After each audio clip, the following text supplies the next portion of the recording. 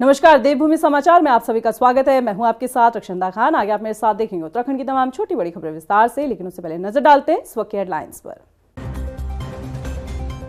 चंपावत पहुंचे सीएम पुष्कर सिंह धामी ने बीजेपी कार्यकर्ताओं के साथ किया संवाद। टिफिन पर चर्चा के दौरान पार्टी की मजबूती पर हुआ मंथन। सदस्यता अभियान को सफल बनाने की कही बात।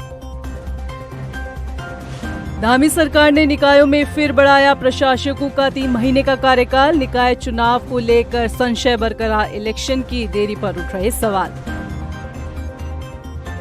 राज्य में बिगड़ती कानून व्यवस्था पर कांग्रेसियों का फूटा गुस्सा। प्रदेश भर में सड़कों पर उतरकर सरकार के खिलाफ किया विरोध प्रदर्शन। पुलिस प्रशासन की कार्यप्रणाली पर भी उठाए सवाल। और उत्तराखंड में खिलाड़ियों की सुविधाओं पर उठ रहे सवाल। खिलाड़ी बोले, सरकार की तरफ से नहीं मिलती कोई धनराशि। विधायक के पास भी सुविधा को लेकर नहीं कोई जानकारी। हेडलाइंस के बाद बुलेटिन में खबरें विस्तार से। और बात सबसे पहले कर लेते हैं सूबे के मुखिया पुष्कर सिंह धामी की। आपको बता दें कि मुख्यमंत्री पुष्कर सिंह धामी चंपावत दौरे पर है। इस दौरान सीएम धामी ने गोलजू मंदिर पहुंचे, जहां उन्होंने गोलजू देवता का आशीर्वाद लिया और प्रदेश की सुख समृद्धि के लिए कामना की। वहीं इस दौरान सीएम धामी भाजपा कार्यकर्ताओं के साथ टिफिन पर चर्चा करते नजर आए।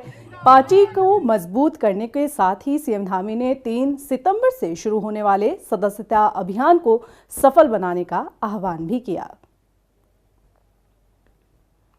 पीसीएस की परीक्षा में इस बार बड़े पैमाने पर उत्तराखंड के छात्रों का चयन हुआ है और इसके पीछे उत्तराखंड पीसीएस के सिलेबस में बदलाव को महत्वपूर्ण माना जा रहा है। मुख्यमंत्री पुष्कर सिंह धामी का कहना है कि उत्तराखंड पीसीएस की परीक्षा को लेकर ज्यादा ध्यान दिया गया है। मुख्यमंत्री ने चयनित अभ्यर्थियों को शुभकामनाएं भी दी और इसके साथ ही सीएम धामी ने कहा कि नकल अध्यादेश को भी एक महत्वपूर्ण कदम माना जा सकता है। जहाँ तक सिलेबस का प्रश्न है, उसको उत्तराखंड राज्य की जो परिस्थितियाँ हैं, जो यहाँ का भौगोलिक स्ट्रक्चर है, यहाँ क्या रहन सहन है, यहाँ की बोली भाषा है, यहाँ का जो कल्चर है, वो उसमें सम्मिलित किया जाए और निश्चित रूप से उत्तराखंड के जो प्रतिभागी थे उनको अवश्य इससे फायदा हुआ होगा। और साथ में नकल का अध्यादेश लागू होने के बाद बहुत सारे ऐसे प्रतिभागी हैं जो 2, 3, 4 अलग अलग परीक्षाओं में उनका चयन हुआ है और बड़ी संख्या में हुआ है। मैं सभी को शुभकामनाएं देता हूं कि नकल अध्यादेश के बाद 16,000 से भी ज्यादा नियुक्तियां पारदर्शी तरीके से नकल विहीन हुई। मुख्यमंत्री पुष्कर सिंह धामी ने गैरसैंण के विकास को लेकर पूर्व सीएम हरीश रावत को हिदायत दी है। सीएम धामी ने कहा कि गैरसैंण हमारे लिए गैर नहीं है। उन्होंने कहा कि सरकार हर सुविधा को वहां तक मुहैया करा रही है। नहीं, गैरसैंण को लेकर हम पूरी तरह से प्रतिबद्ध हैं और इस बार हमने वहाँ पर भराड़ी देवी का मंदिर है, गैरसैंण विकास परिषद जो है उसमें धनराशि स्वीकृति है, पत्रकारों के लिए भवन है, हमारे आसपास बाउंड्री वॉल इत्यादि बनने हैं, एक अस्पताल वहाँ पर अच्छा बनना है, स्वीकृत बनना है। वहाँ पर सभी जो सुविधाएं हैं ग्रीष्मकालीन राजधानी की जो होनी चाहिए, हम उस दिशा में आगे बढ़ रहे हैं। हमारी प्रतिबद्धता है कि हम क्रमशः धीरे धीरे उन सभी कामों को पूरा करेंगे जो गैरसैंण। उत्तराखंड के किच्छा में इंडस्ट्रियल पार्क बनाने पर मुख्यमंत्री पुष्कर सिंह धामी ने प्रधानमंत्री नरेंद्र मोदी का आभार जताया। साथ ही मुख्यमंत्री धामी ने देश भर में कुछ मुख्य स्थानों पर औद्योगिक शहर बनाए जाने पर भी सरकार की सराहना की है।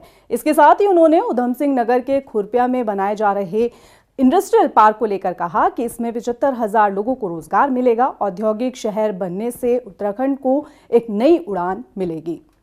मैं आदरणीय प्रधानमंत्री जी का धन्यवाद करता हूं कि उन्होंने देश भर के अंदर जो कुछ प्रमुख स्थानों पर औद्योगिक शहर बसाए जा रहे हैं, इंटीग्रेटेड पार्क बनाया जा रहा है, इंडस्ट्रियल पार्क, उसमें से एक हमारा किच्छा में खुरपिया फॉर्म उधम सिंह नगर में, उसको भी उसमें चयन हुआ है और उसके चयन होने से लगभग 25,000-28,000 करोड़ का इन्वेस्टमेंट होगा।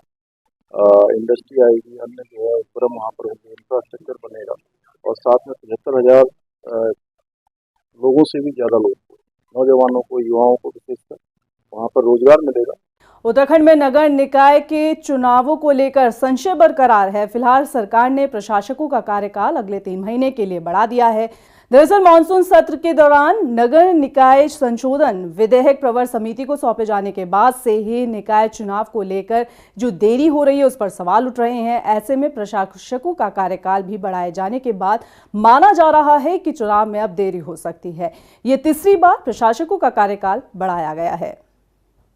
प्रदेश भर में कांग्रेस ने बढ़ रहे महिला अपराधों के खिलाफ आज हल्ला बोल किया। देहरादून की सड़कों पर आपको बता दें कि कांग्रेसियों ने उतरकर सरकार और पुलिस प्रशासन की कार्यप्रणाली पर भी सवाल उठाया और जमकर हल्ला बोल किया। दरअसल कांग्रेस प्रदेश अध्यक्ष करण महारा के आह्वान पर प्रदेश भर में जगह जगह पर सरकार का पुतला फूंका गया।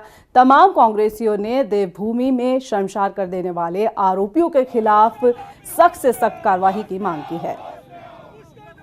और बहुत ही चिंता का विषय है, सोचने का विषय है कि प्रदेश पे दिन ब दिन महिलाओं पे बलात्कार, हत्याएं के मामले दिन भर बढ़ते जा रहे हैं। कल सल्ट में एक मंडल अध्यक्ष ने एक लड़की के साथ दुराचार किया, आईएसबीटी में एक लड़की के साथ रेप होता है, रुद्रपुर में एक 10 के साथ अत्याचार हो रहे हैं और दिन ब दिन मामले जो है बढ़ते जा रहे हैं, कहीं थम नहीं रहे हैं। या तो मुझे लग रहा है कानून व्यवस्था काम नहीं कर पा रही है और भाजपा सरकार मात्र मुख्यमंत्री बचाने के दिल्ली के चक्कर काट रहे हैं और कानून व्यवस्था पर उनका शिकंजा जो है हल्का पड़ रहा है।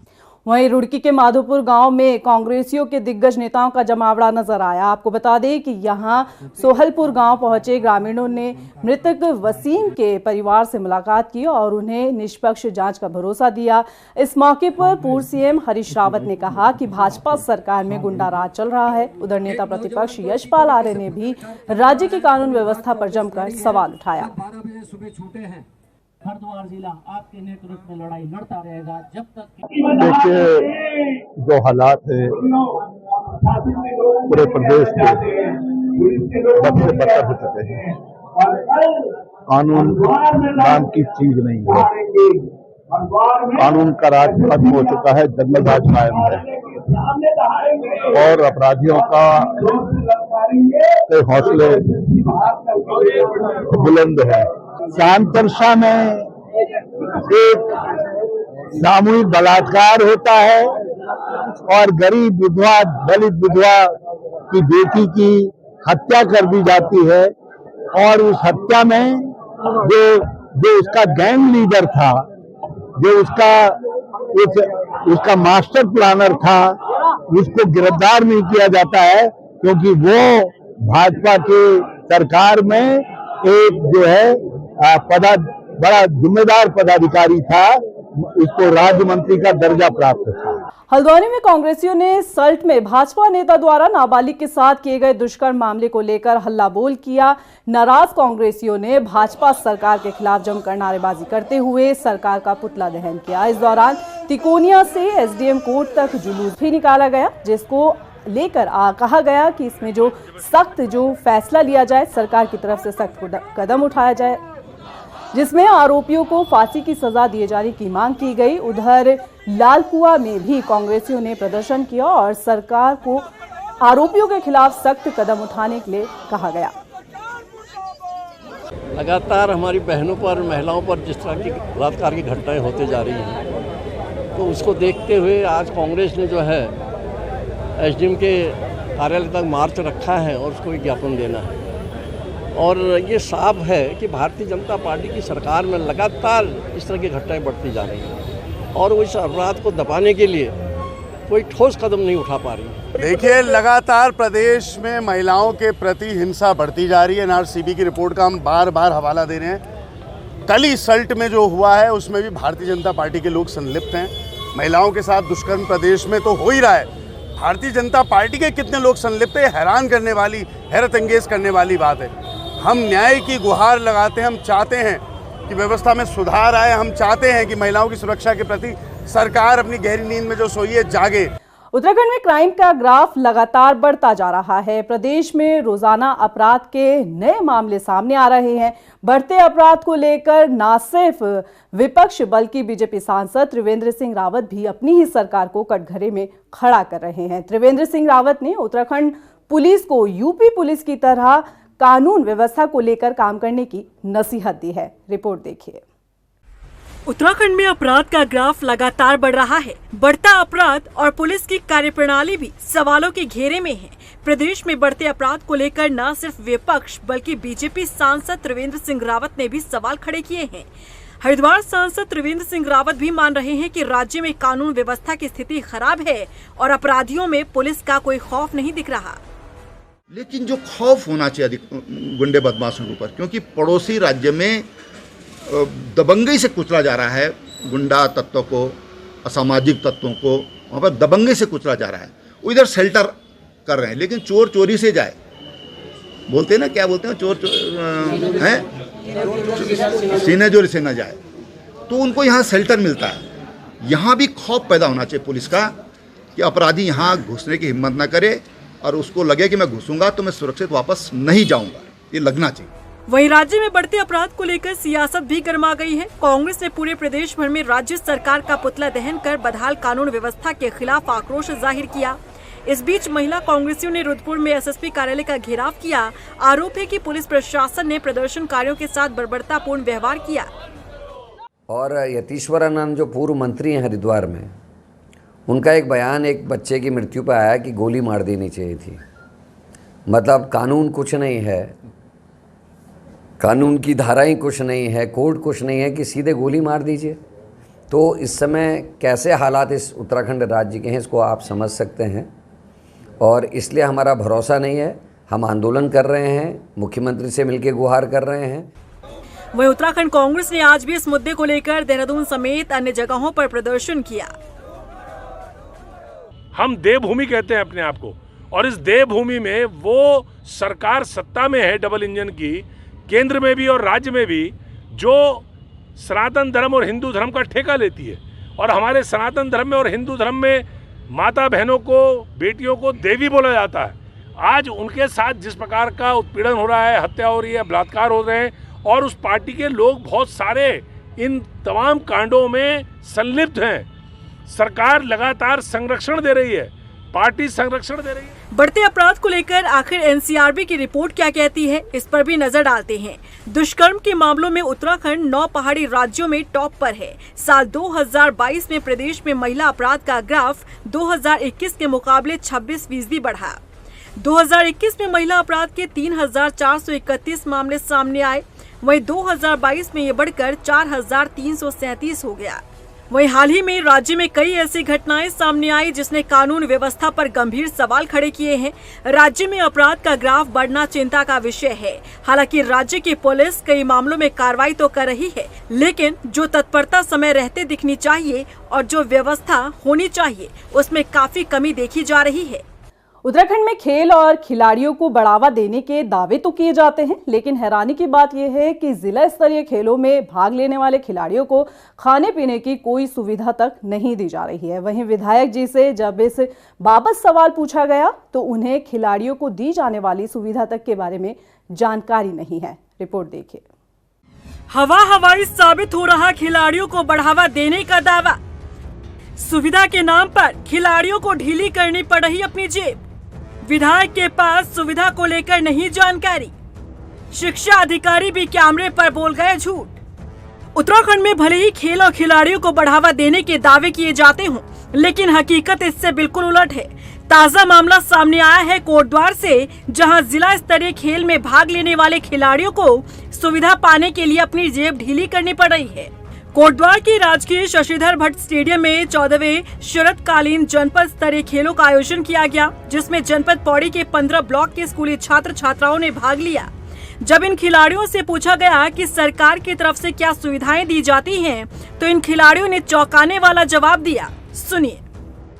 सर लोगों ने तो कहा था यहाँ किराया आने का किराया देना है और वहाँ खाना पीना रहने सहना अपना करेंगे। यहाँ के पता चला पैसे नहीं लाए थे आधे, यहाँ के पता चला कि खाने का खुद ही देना। अब यहाँ दिक्कत आ रही है कि रहना भी है, फिर खाना भी खाना है उसका देना है। क्या कि मतलब खाने पीने का खुद ही देना पड़ रहा है और रहने सहने का तो वो कर रहे हैं, और खाने पीने का खुद ही देना पड़ रहा है, आने जाने का किराया खुद देना पड़ रहा है। सुना आपने, इन खिलाड़ियों को यहाँ खाने पीने के लिए खुद पैसे खर्च करने पड़ रहे हैं। वहीं जब मुख्य शिक्षा अधिकारी नागेंद्र वर्तवाल से पूछा गया तो वो खिलाड़ियों द्वारा उठाए गए सवालों से साफ मुकर गए।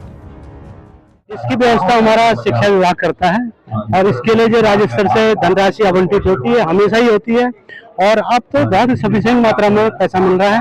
अभी बच्चे को 150 रुपये पर डे के हिसाब से आप खाना पीना रहना, और रहना तो फ्री होता ही है, बिस्तर वगैरह सारा होता है। स्कूल लेवल पे भी हम लोग जो है समग्र शिक्षा के अंतर्गत बच्चे को 25,000 रुपये इक्विपमेंट्स के लिए दे रहे हैं स्कूल को, और अब तो काफी धनराशि जो है सरकार की तरफ से मुहैया हो रही है।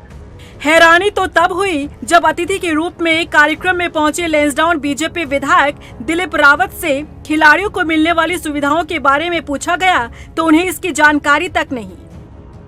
नहीं, व्यवस्था भी रहती है, इनके लिए पूरी व्यवस्था होती है, लेकिन कुछ चीजें अवसर होती हैं जो अतिरिक्त जो आगे व्यवस्थाएं चाहिए वो नहीं हो पा रही हैं, तो हम सब लोग मिलकर उन काम को करते हैं। सरकार ये मुझे ज्ञान नहीं है, इनको पता होगा। अब ऐसे में सवाल खड़े होते हैं कि उत्तराखंड में विधायकों की सैलरी और सुख सुविधाओं को बढ़ाने में समय नहीं लगता, लेकिन जो देश का भविष्य है और प्रदेश का नाम रोशन करने वाले खिलाड़ी हैं, इनकी सुविधा का कोई ख्याल नहीं रखा जा रहा। बहरहाल देखना होगा कि खिलाड़ियों की शिकायत का आखिर कब तक संज्ञान लिया जाता है। उधर हरिद्वार में आरएलडी ने सदस्यता अभियान शुरू किया। आपको बता दें कि बड़ी संख्या में लोगों ने सदस्यता अभियान में हिस्सा लिया। इस मौके पर प्रदेश अध्यक्ष राजेंद्र पंत ने बताया कि पार्टी आने वाले दिनों में बड़े पैमाने पर सदस्यता अभियान चलाएगी। उन्होंने कहा कि आरएलडी आगामी निकाय चुनाव के लिए भी तैयारी कर रही है। तो राष्ट्रीय लोकदल आपको पता ही है, भारत रत्न पूर्व प्रधानमंत्री चौधरी चरण सिंह जी की विचारों की पार्टी है, और जिसके चलते हम लगातार संगठन निर्माण का काम कर रहे हैं। अभी हमारी कार्यकारिणी का विस्तार होना है। विदिन हमारा सितंबर फर्स्ट वीक में कार्यकारिणी का निर्माण विस्तार हो जाएगा, और विस्तार होते ही फिर हमारा सदस्यता प्रोग्राम से लेकर के कई अन्य सदस्य हैं जो पार्टी में आना चाह रहे हैं, और इनकी सदस्यता इसलिए जल्दी की गई है कि इनको दिल्ली में आदरणीय अध्यक्ष जी से भेंट वार्ता होनी है।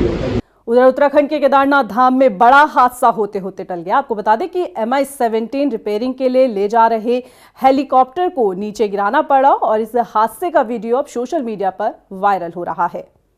केदारनाथ में बड़ा हादसा होते होते टला। रिपेयरिंग के लिए ले जाया जा रहा हेलीकॉप्टर गिरा। MI-17 से छिटककर नदी में गिरा हेलीकॉप्टर। सामने आया हादसे का वीडियो। केदारनाथ में बड़ा हादसा होते होते टल गया। केदारनाथ से एयरलिफ्ट किए जा रहे हेलीकॉप्टर को शनिवार सुबह करीब 8 बजे नीचे गिराना पड़ा।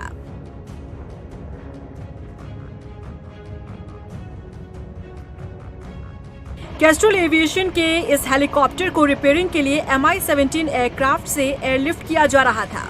एयरलिफ्ट के दौरान तेज हवा के चलते MI-17 का बैलेंस बिगड़ गया, जिसके बाद पायलट ने हादसे की आशंका को देखते हुए इसे सुरक्षित जगह पर ड्रॉप कर दिया। इस हादसे का वीडियो भी सामने आया है, जिसमें देखा जा सकता है कि कैसे हेलीकॉप्टर को नीचे ड्रॉप किया जा रहा है। जिला पर्यटन अधिकारी राहुल चौबे ने बताया कि हवा और हेलीकॉप्टर के वजन से MI-17 का बैलेंस बिगड़ा था। इसके बाद पायलट ने थारू कैंप घाटी में खाली जगह हेलीकॉप्टर को ड्रॉप कर दिया। यहाँ आबादी नहीं थी।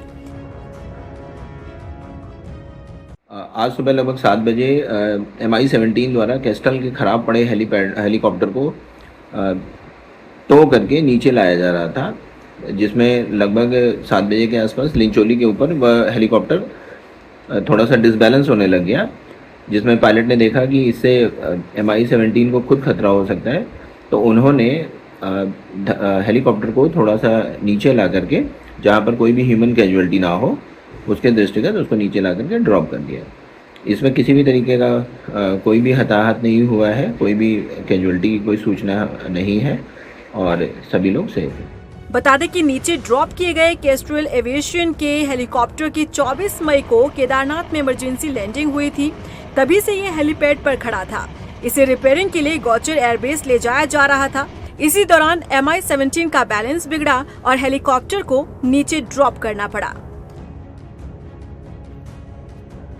उधर अल्मोड़ा में ऐतिहासिक और पौराणिक नंदा देवी मेला इस साल जिला प्रशासन की अनदेखी के चलते विवादों में घिरता नजर आ रहा है। दरअसल वजह मेले के आयोजन के लिए जो इंटर स्कूल है उस कॉलेज का मैदान नहीं मिल पा रहा है। ऐसे में नंदा देवी मंदिर कमेटी के सदस्यों का कहना है कि अगर मैदान नहीं मिला तो वे सांस्कृतिक कार्यक्रमों का बहिष्कार करेंगे। इस मेले को सुचारू रूप से हमको चलाने में असमर्थता हो रही है, उसमें जो भी जिला प्रशासन या जिले के जो वो हैं व्यापार मंडल के लोग हैं, व्यापार मंडल अध्यक्ष जी हैं, जिले के अध्यक्ष, और कि मेला तो होगा, माँ की पूजा अर्चना होगी, मूर्तियों का निर्माण होगा, मेले का शोभा यात्रा निकलेगी, लेकिन मेला बहुत सादगी से होगा।